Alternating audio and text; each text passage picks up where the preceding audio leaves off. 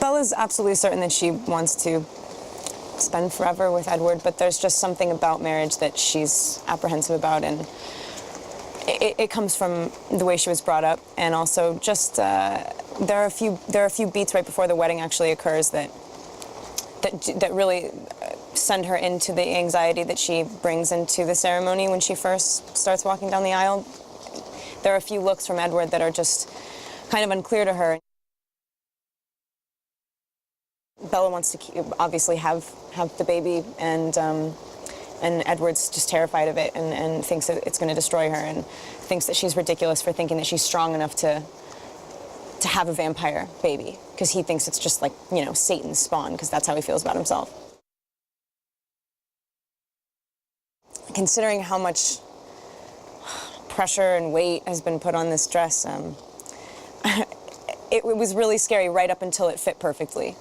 I mean, I loved the whole concept. I was like, it's beautiful, I love it. It just, you know, once I see it on my body the way it's supposed to, because literally, I think the day we did a close-up before the dress was ready, when it's just me and Charlie before I walk out, it didn't fit me at all, and I was like, oh man, this is just going to be another one of those things that slips away from you, and you just like want to, you know, die afterwards. But it was, I love it. I think it's beautiful.